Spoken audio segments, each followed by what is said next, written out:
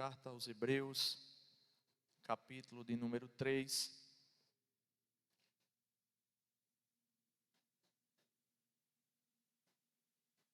Nós vamos ler a partir do versículo de número 7.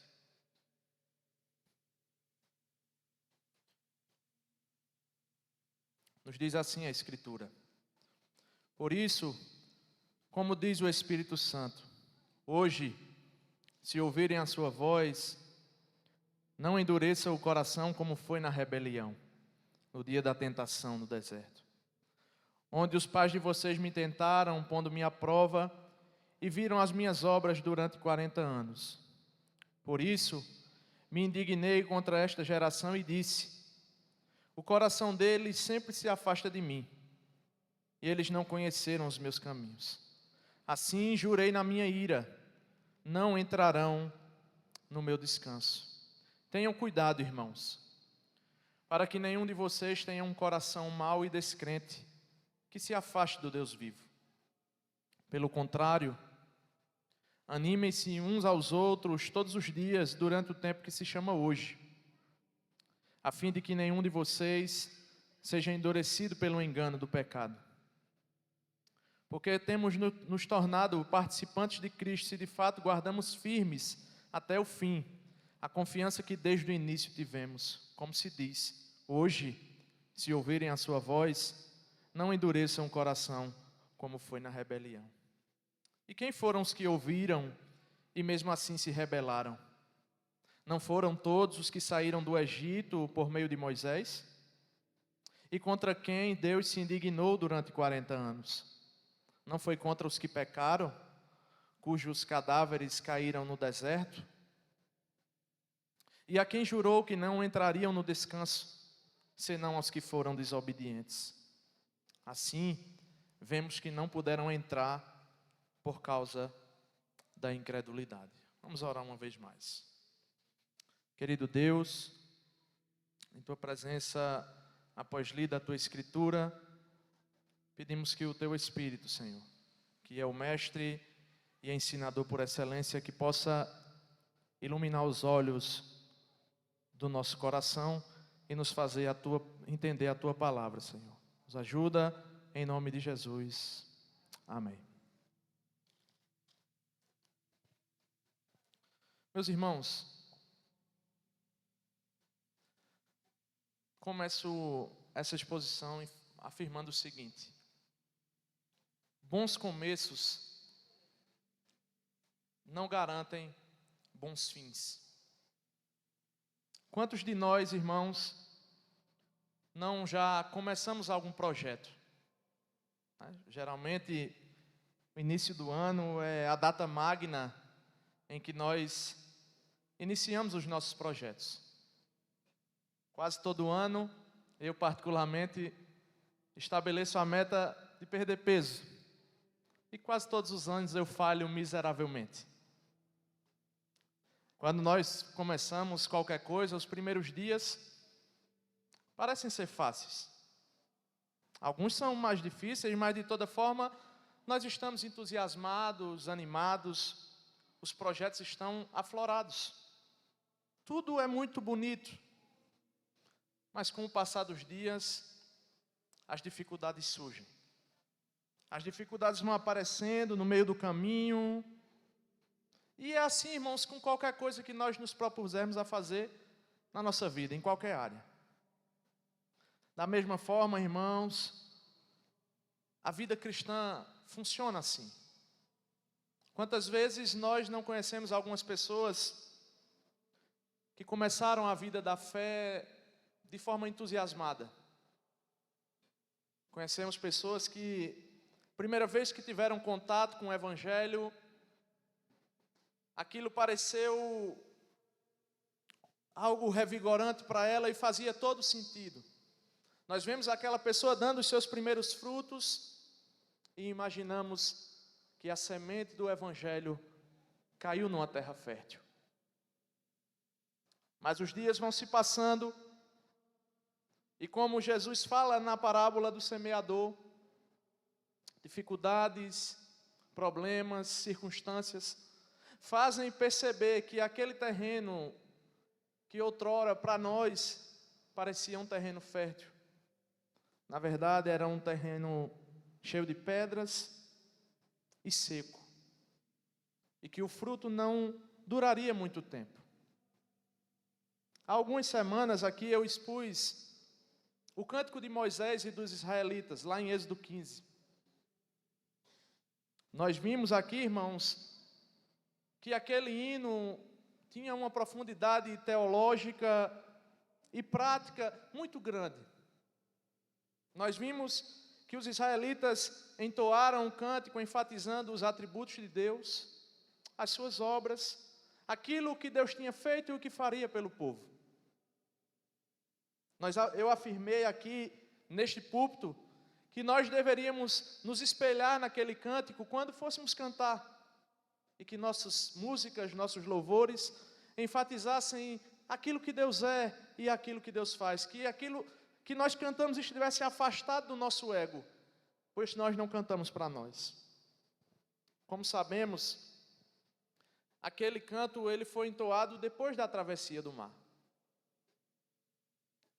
Para nós, depois de ouvir aquela pregação, parece que Israel começou bem. Eles começaram focando na coisa certa. Eles focaram em Deus. Mas como eu disse no início, bons começos não garantem bons fins. Se nós tomamos, irmãos, o cântico de Êxodo 15 como algo a se fazer, como um modelo a se seguir, o autor da carta aos Hebreus, usando o exemplo desse povo que compôs o hino, mostra agora o que nós não devemos fazer ao olhar para aquele mesmo povo. Vejamos, irmãos, nós enfatizamos no cântico a beleza do cântico de Israel. E nós falamos, se nós fizermos assim, seremos bem-sucedidos. Mas o autor aos Hebreus está dizendo, se nós olharmos para o povo que cantou, nós devemos fazer diferente deles. Em Êxodo capítulo 15, Israel entoa louvores ao Senhor. Quem não esteve aqui depois leia. Mas em em Hebreus capítulo de número 3, esse povo se torna motivo de advertência.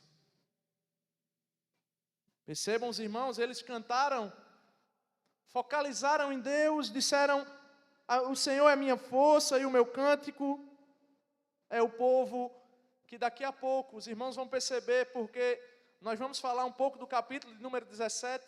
Então o povo que canta no capítulo de número 15 é o mesmo povo que murmura no capítulo de número 17, depois de passados alguns dias. O mesmo povo que celebrou o livramento lá no mar, depois questiona a Deus. Eles perguntam, está mesmo o Senhor no meio de nós? Eles indagam, irmãos. O problema para aqueles irmãos não foi falta de milagres, não foram sinais que foram escassos, porque, irmãos, nós vamos perceber pela narrativa bíblica que Deus, mesmo passando todos os aperreios com esse povo, os conduziu pelo deserto durante 40 anos. Eles viram coluna de fogo, viram coluna de nuvem, eles viram maná, comeram maná, beberam água da rocha quando sentiram sede. Mas o problema daqueles irmãos não foram a falta de sinais. O problema deles foi falta de fé, que a Bíblia aqui vai chamar de incredulidade. E é exatamente isso, irmãos, que o autor vai trazer à memória daqueles irmãos hebreus no capítulo de número 3. Para nós nos situarmos, o autor aos Hebreus estava escrevendo a irmãos que estavam passando por perseguições. Ser discípulo para aqueles irmãos significava perder algumas coisas. Eles estavam sendo perseguidos. E uma tentação que eles enfrentavam era retornar ao judaísmo. Eu acho que os irmãos lembram que essa forma de retorno ao judaísmo não era negar a Cristo de forma explícita. Mas o que é que os irmãos desejavam? Pegar os elementos do judaísmo e colocá-los dentro do cristianismo. Eles falavam, é como se eles estivessem pensando assim, Cristo é muito bom, mas se nós acrescentarmos todos os nossos costumes, talvez seja melhor ainda.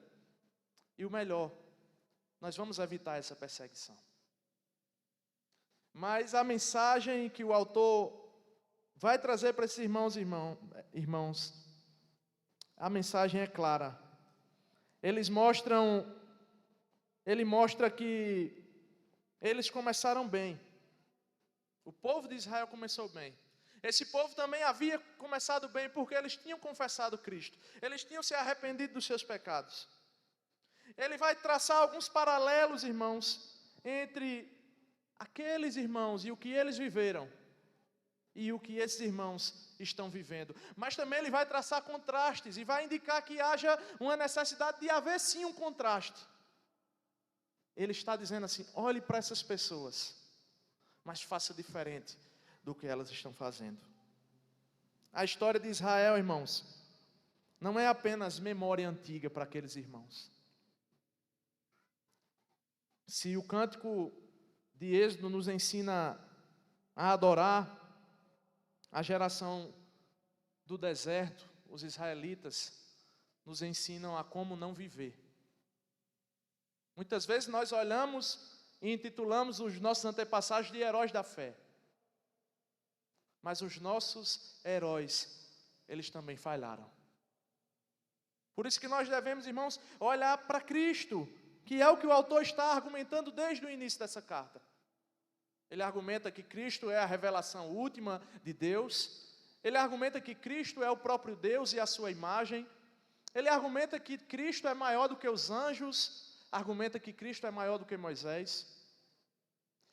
E diante dessa argumentação de Cristo, o autor entremeia algumas exortações. A primeira exortação que nós tivemos está lá no capítulo de número 2. Essa nós poderíamos dizer que é a segunda exortação dentro desse sermão que é a carta aos Hebreus. E mais, irmãos, esse texto nos ensina o perigo de participar do povo de Deus de forma externa. Nós estamos reunidos aqui.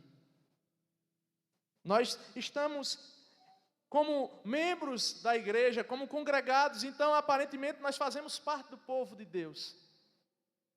Mas nós corremos o perigo de, se não ouvirmos a voz de Deus, de nunca descansar nas promessas dele. E é exatamente isso que o autor, guiado pelo Espírito, cita no Salmo 95. E os irmãos que chegaram mais cedo perceberam que nós lemos o Salmo de número 95, porque metade desse Salmo está exposto nos versículos que nós lemos. E ele nos conduz, irmãos, nesse texto de Hebreus 3, citando o Salmo de número 95, ele nos expõe pelo menos 3 verdades. Primeiro, o exemplo de endurecimento. Segundo, como evitar esse endurecimento. E terceiro, o resultado de um coração incrédulo. Vejamos então, irmãos, em primeiro lugar, o exemplo de endurecimento.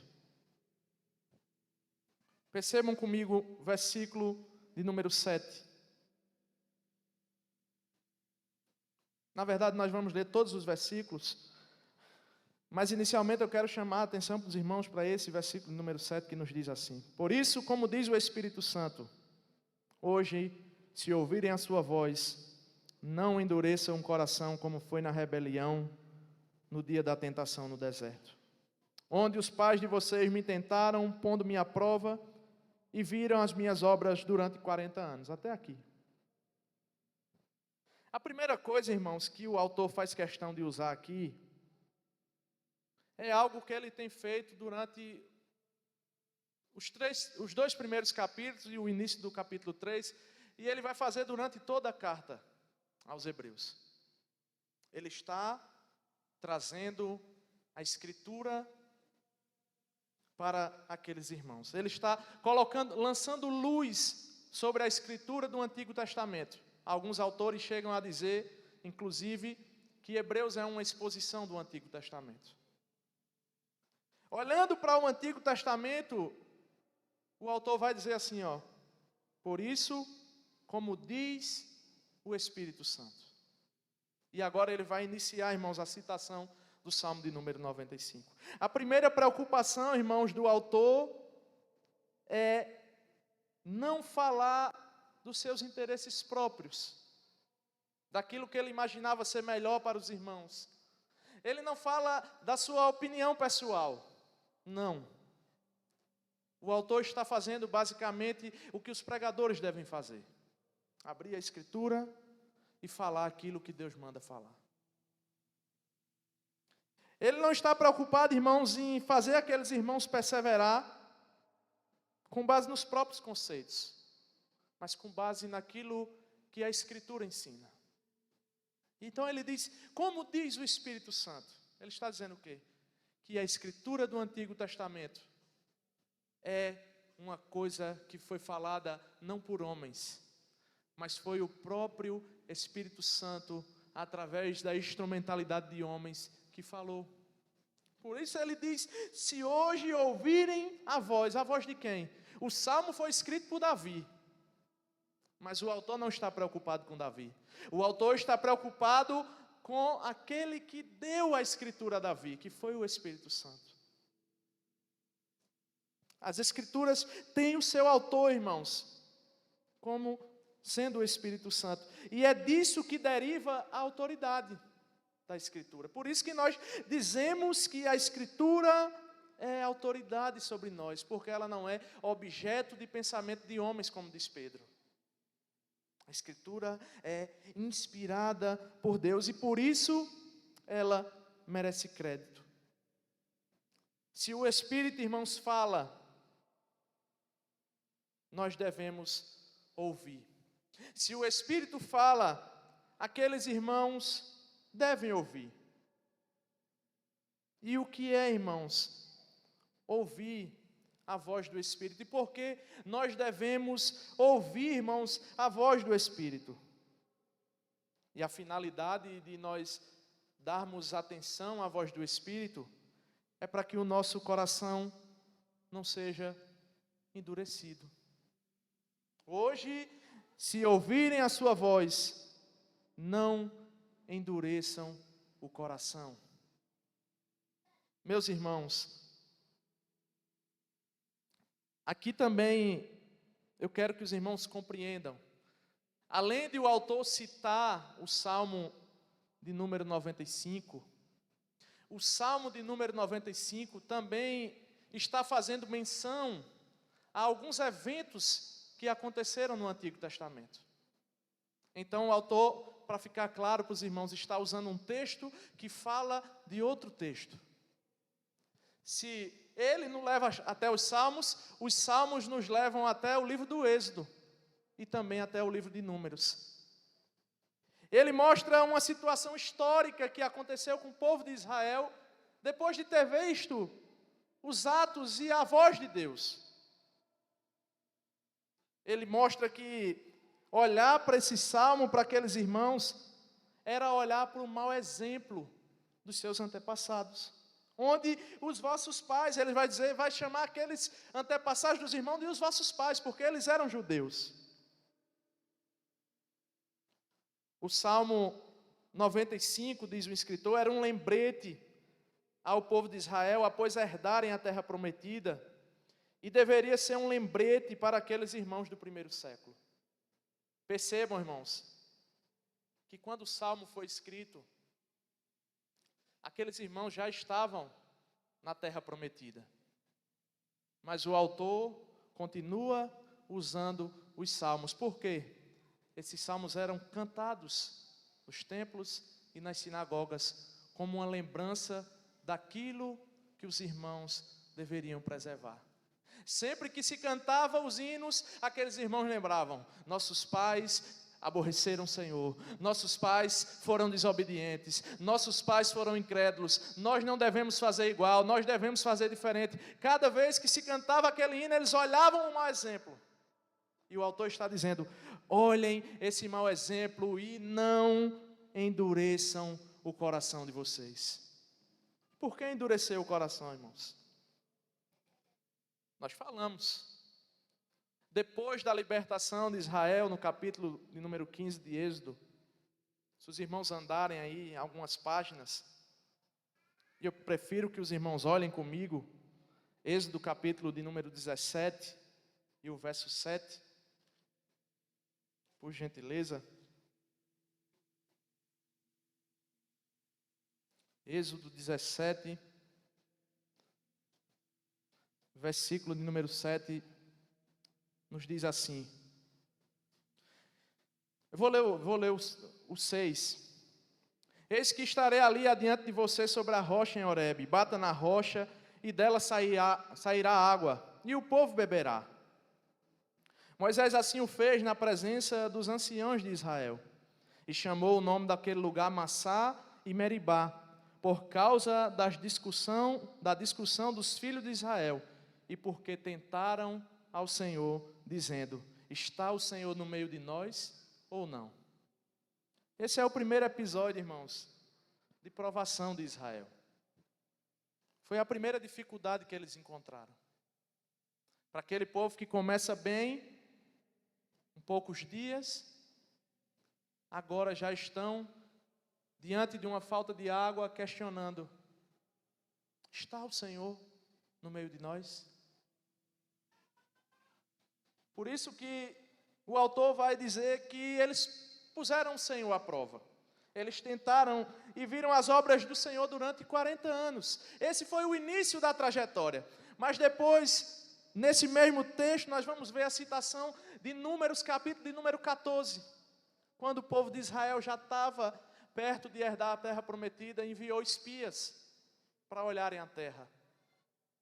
E aqueles espias voltaram, trouxeram a notícia, os irmãos conhecem a história, que havia gigantes, a terra era boa, mas que o povo de Israel perto deles. E aí, esses espias fizeram o povo agora duvidar das promessas do Senhor, e os irmãos se recordam que desse povo que foi espiar, só Josué e Calebe preservaram as notícias boas e a esperança. Aí ele diz: por isso me indignei contra essa geração e disse: o coração deles sempre se afasta de mim e eles não conhecem os meus caminhos. Assim jurei na minha ira: não entrarão no meu descanso. O povo se revolta, irmãos, Números, capítulo de número 14, e querem até mudar lideranças. Muda Moisés, muda Arão, vamos arrumar outras pessoas para a gente, porque nos trouxeram para cá. Irmãos, eles já estavam numa trajetória longa. Eles já haviam visto Deus fazer muitas coisas por eles. Mas eles olham assim e dizem: não faz sentido vocês terem nos tirado do Egito. Não faz sentido vocês terem nos tirado de lá. Lá estava melhor, vocês nos trouxeram para morrer aqui. E eles cansaram, irmãos, o Senhor.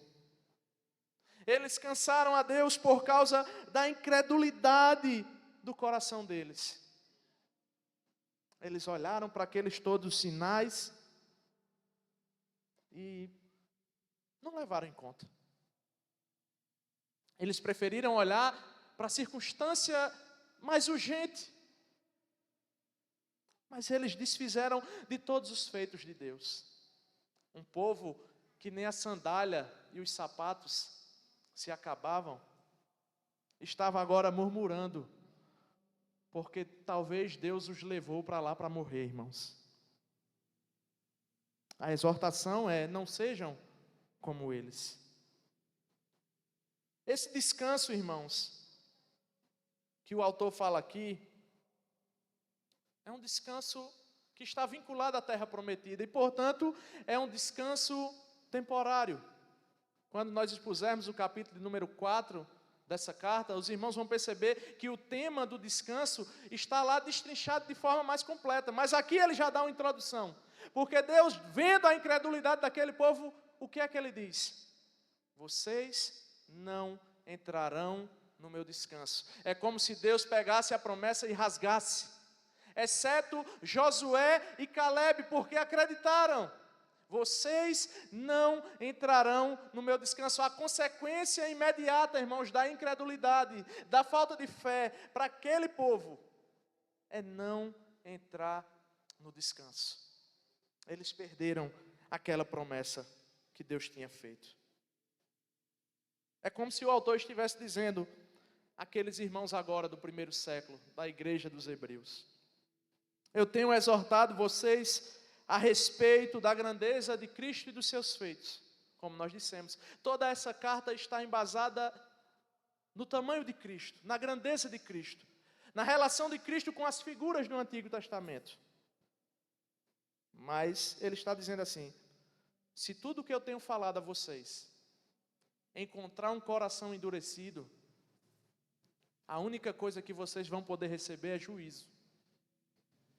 Se tudo isso que eu falei de Cristo anteriormente entrar num ouvido moco, as promessas que vocês têm estão descartadas. Não adianta nada eu enfatizar Cristo, colocar Cristo em contraste com Moisés, com o Antigo Testamento, com todas as figuras, eu fazer a maior exposição do Antigo Testamento, se vocês tiverem um coração duro. Porque a palavra não vai entrar em vocês e vocês vão ser como aquele povo. Vocês vão perecer às margens da terra prometida. Vocês não vão conseguir entrar no descanso. E fazendo um contraste com o descanso que Moisés e Josué proveram para aquele povo na terra prometida, o descanso para aqueles irmãos era um descanso de fé. Porque eles não descansam num lugar, mas descansam numa pessoa. Mais terrível do que perder a terra prometida é perder Cristo. Perder Cristo de vista, irmãos, é muito pior do que herdar a terra prometida. Irmãos, por isso o autor dá ênfase. E ele diz: o Espírito Santo, o autor das Escrituras. Por isso que ele enfatiza hoje. Então, quando nós lemos agora, hoje, se ouvirem a sua voz, isso aqui é para nós, irmãos. O que foi para o povo dos Salmos, o povo de Israel que cantava, o que foi para esses irmãos hebreus, o hoje também significa para nós hoje. Durante o tempo presente, como é que nós descrevemos o hoje? Hoje. Hoje, se nós ouvirmos, irmãos, as verdades das Escrituras, o que é que nós devemos fazer? Não endurecer o coração. Porque, irmãos, o endurecimento só traz juízo. Daí talvez você me pergunte: tá, nós já olhamos para o que nós não devemos fazer. Mas o que é que nós devemos fazer? E aqui nós temos nosso segundo ponto, irmãos. Como não nos endurecermos? Versículos de 12 a 15. Acompanhem comigo. O autor diz: tenham cuidado, irmãos, para que nenhum de vocês tenha um coração mau e descrente, que se afaste do Deus vivo. Pelo contrário, animem-se uns aos outros todos os dias, durante o tempo que se chama hoje, a fim de que nenhum de vocês seja endurecido pelo engano do pecado. Porque temos nos tornado participantes de Cristo, se de fato guardarmos firme até o fim a confiança que desde o princípio tivemos, como se diz, e aí ele enfatiza novamente: hoje, se ouvirem a sua voz, não endureçam o coração, como foi na rebelião. O primeiro passo, irmãos, para não ter o coração endurecido, é a vigilância espiritual, que está enfatizado no verso 12, quando ele fala para que os irmãos tenham cuidado. Percebam, tenham cuidado, irmãos. E o cuidado é o quê? Qual é a finalidade desse cuidado? Para que nenhum de vocês tenha um coração mau e descrente que se afaste do Deus vivo. Irmãos, muitos de nós já ouvimos aquele ditado. Eu vou até ler para não errar, que toda vez eu inverto. O mesmo sol que amolece a cera, endurece o barro. Não é isso que dizem por aí? Eu não procurei o significado. Mas diante das provações, irmãos, nós só temos duas opções. Ou nós endurecemos o nosso coração, ou nós damos ouvido à voz do Espírito. O autor sabia da provação dos irmãos. Ele vai falar na carta, inclusive, que a luta deles ainda não tinha chegado a derramamento de sangue. Que era o que ele estava dizendo. Ninguém ainda morreu por causa de Cristo. Mas pode ser que aconteça. E por isso, ele faz a questão de mostrar um povo que também foi provado. Porque para um povo que sai de uma terra onde eles basicamente achavam que tinha tudo, e agora no primeiro obstáculo eles já não têm água, isso é uma provação. Mas o autor da carta não quer que aqueles irmãos ajam da maneira que Israel agiu. Porque ele sabe o que pode acontecer com aqueles irmãos. Comentarista bíblico chamado Osborne, ele vai dizer que a incredulidade, irmãos, não é simplesmente uma falha passiva em compreender ou confiar nas promessas de Deus, mas uma falta de vontade ativa, gerando rebelião e recusa de crer em Deus. O que é que isso diz para nós, irmãos? Que a incredulidade não é algo que nós não notamos. Não. Nós, quando estamos sendo incrédulos, nós sabemos. É como se Deus estivesse falando para nós e eu disse, estou nem aí. Isso aqui não é para mim não. Isso aqui é para fulano. Fulano não veio hoje. Se ele tivesse vindo, hoje ele tinha apanhado. A incredulidade, irmãos, é uma resistência de ouvir a voz de Deus. E a consequência de um coração mau e descrente, irmãos, é nos afastar do Deus vivo, como diz o versículo. E afastar-se, irmãos, desse Deus vivo, que o autor faz questão de enfatizar aqui, é se aproximar, irmão, de deuses mortos. Ele está dizendo, o Deus de vocês é vivo. Por que ele é vivo? Por todos os atos que vocês já conhecem. A palavra aqui, irmãos, afastar-se, no grego, ela vai dar o sentido de apostatar-se. É a mesma raiz da palavra apostasia, que é um desvio deliberado. Não haja em vocês um coração mau e descrente que chegue à beira da apostasia. Se eles voltassem, eles estavam negando o próprio Cristo. Eles estavam deliberadamente dizendo, nós não queremos Cristo. Mas o autor, irmãos, vai mostrar o segundo remédio necessário. Versículo 13. Pelo contrário, animem-se uns aos outros durante o tempo que se chama hoje, a fim de que nenhum de vocês seja endurecido pelo engano do pecado. Irmãos, a resposta para o perigo da incredulidade se encontra na vida da igreja. O remédio contra o afastamento de Deus é uma vida de comunhão com outros irmãos. Essa palavra aqui na minha versão está traduzida por animar. Se os irmãos olharem aí em outras versões, também vai aparecer encorajar, exortar, advertir. Ela tem mais um sentido negativo que positivo. É como se alguém nos encontrasse e visse-nos em pecado, em delito, querendo fraquejar e nos exortasse e batesse em nós e nos animasse de uma forma negativa. Calvino, comentando esse texto, vai dizer assim, como por natureza somos inclinados a ceder ao mal, temos a necessidade de múltiplos auxílios para conservarmos o temor de Deus. A menos que nossa fé se reanime reiteradamente, ela se entorpecerá. A menos que ela se aqueça, esfriará. A menos que ela se mantenha de pé, se definhará. O autor aos Hebreus, diz ele, deseja que se estimulem através de encorajamento mútuo, a fim de que Satanás não penetre sorrateiramente nos seus corações e com as suas falsidades os afaste de Deus. Irmãos, estar no meio do povo de Deus é uma necessidade urgente dos crentes. Isso aqui não deve ser desprezado, irmãos.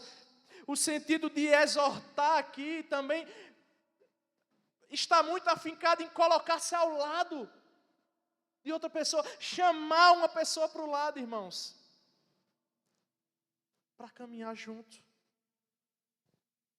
Isso é, irmãos, um grande empurrão no individualismo. Porque não existe possibilidade de nós cumprirmos isso aqui sozinhos. Nós não conseguimos animar uns aos outros se só existe um.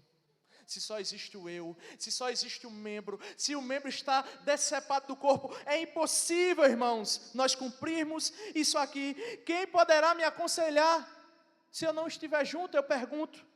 A quem eu poderei ajudar se eu não estiver perto? Como serei encorajado pelos testemunhos que eu não ouço? Como serei confrontado pelo meu pecado se eu não tenho ninguém ao meu lado para me corrigir? Irmãos, a vida em comunidade é o que pode nos livrar do engano do pecado. É aquele irmão que pode te catucar do teu lado e dizer: não vai por aí, não faz isso. Não é dessa forma tu vai entrar no abismo. Nós precisamos, irmãos, um dos outros, como membros de um corpo. E eu, irmãos, me lembro quantas vezes eu já deixei de cometer pecado por causa de encorajamento dos meus irmãos. Eu me lembrava que quando eu me converti, o Senhor me colocou perto de muitos jovens da minha idade. E eu vejo que um dos motivos, irmãos, de eu estar aqui é porque Deus se utilizou dessa instrumentalidade do encorajamento mútuo para preservar a minha vida do pecado, irmãos. Muitas vezes eu tive amigos que me disseram: não vá por aí, não faça isso, não é dessa forma, você vai cair, você vai se estrepar, você vai se acabar, não faça isso. Eu tive, irmãos, inclusive um amigo que, quando eu queria ir para um lugar, ele me seguia. Porque ele não dizia: eu não vou deixar você fazer besteira, não. Eu não vou deixar você se perder, não. Irmãos, nós não podemos desprezar isso, irmãos. E quando é que nós devemos fazer isso? Ele diz: hoje. Encorajem-se mutuamente. Durante quando? Durante o tempo que se chama hoje. Irmãos, nós não temos tempo a perder. Nós não temos o que pensar se é para fazer isso, se não é, não. O encorajamento tem que partir de nós hoje. Você deve procurar alguém para estar junto hoje. Muitas vezes nós temos o costume de ser individualista e querer fazer a nossa vida cristã de forma solitária. Mas se nós continuarmos assim, nós seremos enganados pelo pecado. Nós ficaremos pelo caminho. E depois ele vai enfatizar, irmãos, no versículo 14, a perseverança.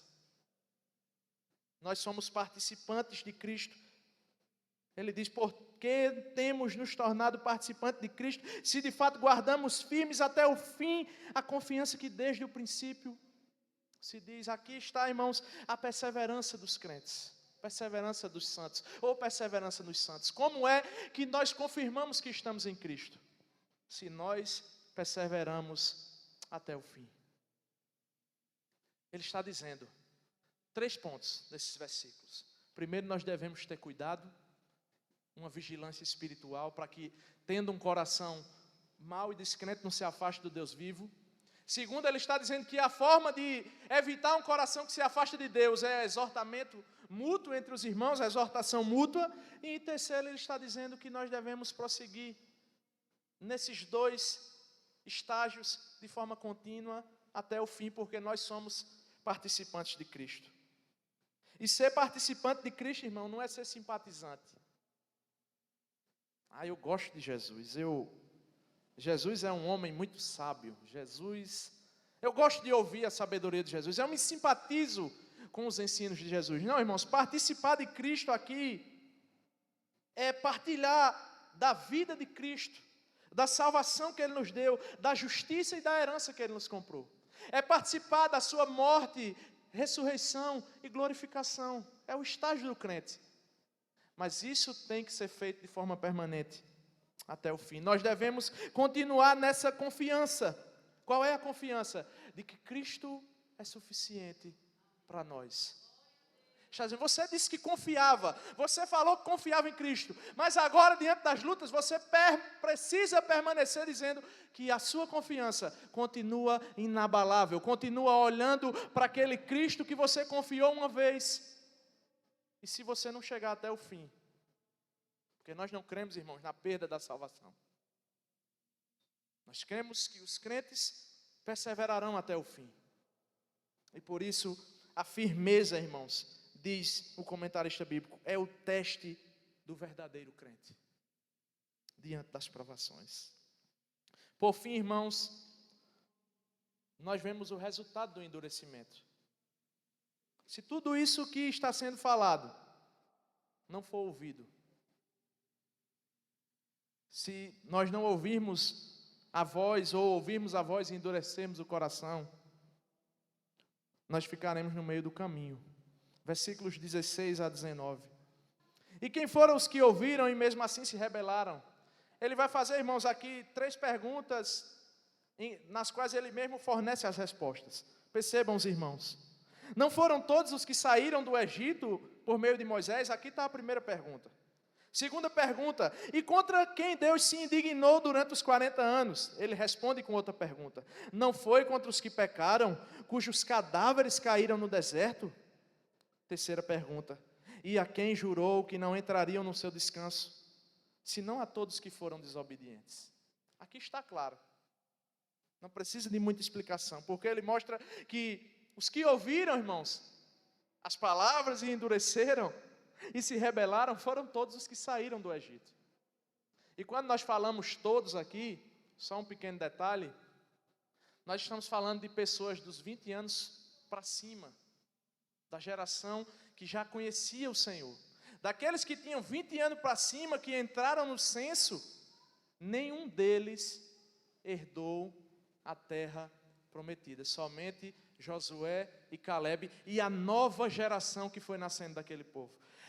O resultado, irmãos, deles foi que os corpos caíram no deserto. Deus ficou fazendo com que o tempo passasse e eles fossem morrendo.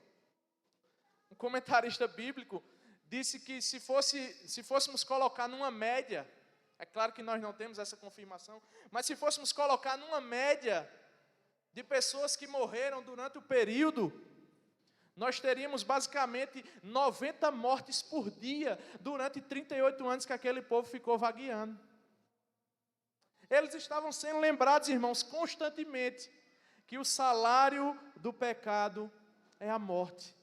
Eles eram lembrados pelos cadáveres que ficavam pelo meio do caminho, do sinal da sua desobediência. Porque Deus tinha dito lá em Números capítulo 14, nenhum desses vai entrar na terra. Vocês não entrarão no meu descanso porque vocês foram incrédulos. E aí ele termina a carta no versículo 19. Assim, vemos que não puderam entrar por causa da incredulidade, por causa da descrença. A incredulidade, irmãos, foi a causa deles terem perecido. Mesmo que Deus tenha feito tantas coisas, o coração do povo continuou endurecido por causa do seu pecado. A incredulidade, irmãos, é a raiz de todos os males. É os ouvidos surdos, é os olhos cegos, que não conseguem ver aquilo que Deus faz. E o resultado é esse. Não podemos entrar no descanso. Ficaremos fora. Ficaremos distantes. Não veremos as promessas se cumprirem. É isso que aconteceu. Foi isso que aconteceu com Israel. Era isso que aconteceria com os irmãos do primeiro século. É isso que pode suceder a nós hoje. Por isso, a importância do hoje nos termos do autor. Hoje, se ouvirem a voz, não endureçam. Se exortem mutuamente durante o tempo que se chama hoje. Eu quero fazer algumas aplicações para nós encerrarmos, irmãos. Em primeiro lugar, é que nós devemos dar importância à história bíblica. A palavra que é inspirada pelo Espírito Santo, ela não conta a história de um povo estranho a nós. Ela conta a nossa história. A exposição que o autor aos Hebreus faz do Antigo Testamento para aqueles irmãos mostra a necessidade de nós conhecermos aquilo que nós confessamos. O autor trata aqueles irmãos como se eles conhecessem o texto dos Salmos. E conhecendo os Salmos, provavelmente eles conheciam todo o Antigo Testamento. Nós devemos, irmãos, ver a história bíblica como a nossa história própria. Eu estava até falando em São Bento, eu disse, às vezes a gente olha para o povo de Israel e pensa assim, oxe, fosse eu, duvido. Eu até disse lá, né? Eu mesmo pensaria, só escaparia Josué, Caleb e Jadielson. Era nós três, cada um Pai, Filho e Espírito Santo, cada um por um. Nós tendemos a pensar assim, irmãos. Se eu visse tudo que esse povo viu, não caia nesse engano, irmão. Não caiamos nesse engano. Olhemos a história desse povo como a nossa história. Olhar para, ainda em segundo lugar, mas enfatizando ainda o mesmo, ao olhar para o exemplo de Israel, nós devemos pensar em nós mesmos. O Espírito está dizendo para a gente hoje, escute, é o Espírito que está dizendo, não endureça o coração. Não endureça o coração. E talvez você diga, eu estou firme, isso não é para mim, mas a geração do deserto também estava convencida de que estava certa. O coração endurecido, irmãos, raramente percebe que está endurecido. Nós pensamos, não, deve ser fulano, deve ser cicrano, deve ser beltrano. Eu não. Mas nós devemos ter cuidado, irmãos, para não termos os ouvidos surdos, mocos, de maneira deliberada. Enquanto o Espírito está dizendo, ouça a minha voz, você coloca a mão no ouvido e diz, eu não vou ouvir não, porque não é para mim. Porque, irmãos, o mesmo Cristo que é Salvador é também juiz. A mesma voz que hoje clama dizendo, não endureça o coração, um dia julgará cada um de nós com sua reta justiça. Não deixe que aquilo que o Espírito fala entre no ouvido e saia no outro. Terceiro, é a ênfase de nós nos cercarmos de pessoas. E eu estava lendo um comentarista, e ele cita o exemplo daquela literatura bem conhecida, de John Bunyan, O Peregrino. Ele mostra no relato, e eu peço permissão aos irmãos para ler aqui, de forma breve, diz assim, num ponto da jornada rumo à cidade celestial, um homem chamado Cristão encontra outro sujeito cristão chamado Esperança. O cristão se encontra com Esperança. Bunyan descreve, eles fizeram uma aliança de irmãos e concordaram em ser companheiros. Isso remonta aos tempos dos homens piedosos da geração do rei Asa, lá em Crônicas, que diz assim, entraram em aliança de buscar o Senhor, Deus de seus pais, de todo o coração e de toda a alma. Aí ele fala, continua o relato. Dessa forma, Cristão e Esperança passaram a viajar juntos, e a sua comunhão foi de grande proveito. Logo se encontraram com outro viajante, um homem chamado Interesse Próprio, da cidade de boas palavras. Partilhando seu discernimento, Cristão e Esperança perceberam que esse homem era um homem a ser evitado. A seguir, encontraram um grupo conduzido pelo Senhor apego ao mundo. que tentou seduzi-los na obtenção de ganhos desonestos, e juntos o reprovaram. Chegou depois Demas, que os chamou para que saíssem do caminho, prometendo um lugar repleto de riquezas no mundo. Dessa vez, Esperança ficou iludido e desejou dar uma olhada. Cristão, porém, o advertiu: já ouvi falar deste lugar, o tesouro é cilada para aqueles que o buscam. Ele exortou Esperança: nem mais um passo devemos dar nessa direção, continuemos nosso caminho. E os dois companheiros seguiram adiante, seguros em sua peregrinação. Mais tarde chegaram ao Castelo da Dúvida, onde foram lançados numa hedionda prisão. Aqui foi Cristão quem fraquejou, caindo na tentação do gigante desespero de cometer suicídio como única forma de escape. Dessa vez, foi Esperança que manteve a sua fé, lembrando-se dos mandamentos de Deus. Com a sua ajuda, Cristão encontrou a chave chamada promessa, que abriu a porta, permitindo que ambos saíssem do castelo da dúvida. Veja, irmãos, a importância do companheirismo. Quando Cristão falhou, Esperança motivou, encorajou, exortou, advertiu. O inverso também é verdade. Quando Cristão fracassa, quando Esperança fracassa, quando Cristão fracassa, eles estão ali sempre se exortando mutuamente, dizendo: não vai por aí. Um comentarista bíblico diz assim: este é o tipo de auxílio que devemos dar uns aos outros, cada um de nós em nossa fraqueza e dúvida, sendo socorridos pela força e fé dos nossos irmãos, cada qual ajudando o outro, para que suportemos juntos.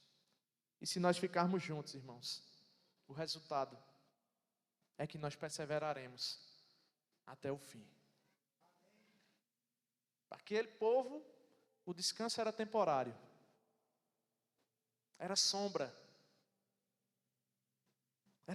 daquilo que Cristo pode nos oferecer hoje, um descanso em sua obra e em sua pessoa, um descanso que nos aguarda nos novos céus e na nova terra, irmãos, um descanso que não é passageiro, que não é temporário, mas que nos é prometido, para que é prometido àqueles que perseveram até o fim, aqueles que vão até o fim, encorajando uns aos outros, se livrando, irmãos, dos enganos do pecado.